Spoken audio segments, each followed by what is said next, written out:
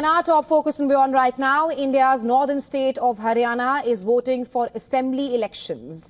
In this multi-party competition, polling began at 7 a.m. local time and will close at 6 p.m. local time.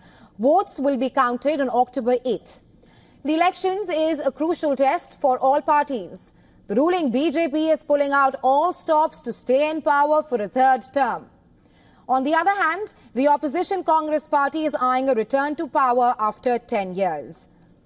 Meanwhile, the Aam Aadmi party is looking to solidify its presence and see some of its power spill over into the state that shares borders with the national capital. Well, over 20 million people are eligible to exercise their franchise for 90 assembly constituencies in the state. According to election officials, more than 20,600 polling booths have been set up across constituencies. Voters casting their ballot, they have a long list of choices. There are 1,031 contestants in the fray, out of which 930 are men and 101 are women.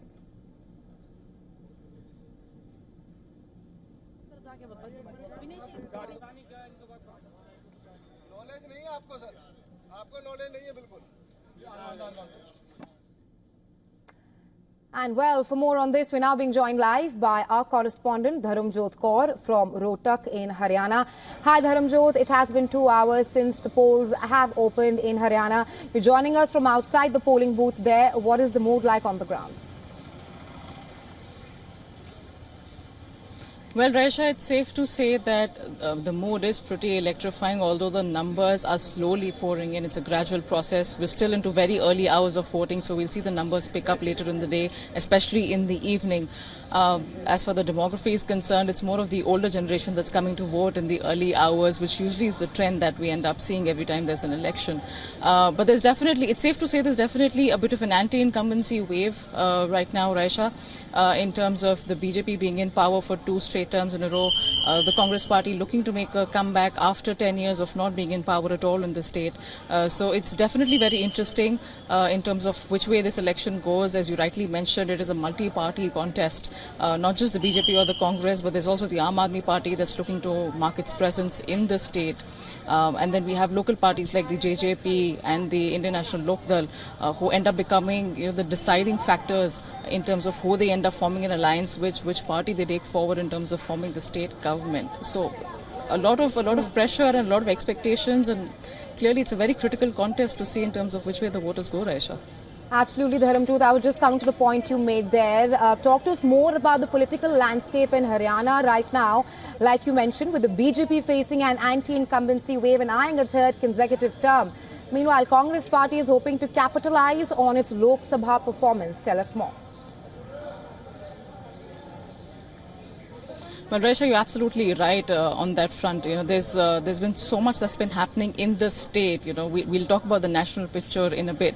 But as far as the state of Haryana is concerned, for the past 20 years, we've seen it vote in the favor of the party that's actually ruling at the center. So when Congress was in power, Haryana voted in favor of the Congress. When the BJP has been in power since 2014, in the past 2 terms, it has voted for the BJP. But in 2014, they gave the BJP a clear mandate with 47 out of 90 seats. Cut to 2019, they did not give the BJP a clear majority. So we saw the party ending up in an alliance with the JJP. Now, interestingly, a lot of political drama unfolded earlier this year in the state when we saw the alliance breaking down and BJP losing its clear majority. We saw the party changing the chief minister just months ahead of elections. So a lot of the drama unfolded, which clearly shows that there are some changes that we're being trying to make because there is a level and a wave of anti-incumbency against the party in the state. That may have something to do with a lot of issues that have been simmering in the state, Raisha. We saw, if we start from 2016, we saw a protest for Jat reservation that turned pretty violent in the next few days. Cut to 2020, 2021, we saw Haryana being a big participant in the farmers' protest that lasted for a year at the Delhi border.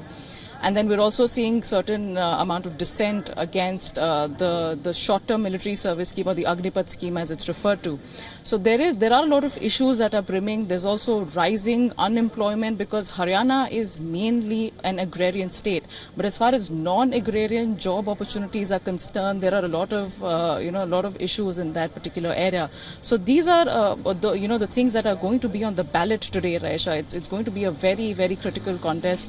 While the BJP does, eye a third term in what it's been referring to and pushing for as a double engine mechanism whenever a state assembly election is being held, the Congress is pushing forward and trying to make a huge comeback. Whether that happens or not, it's majorly going to be in the hands of a lot of these regional parties that end up accumulating a percentage of votes in some seats which end up being the deciding factor in the state, Raisha.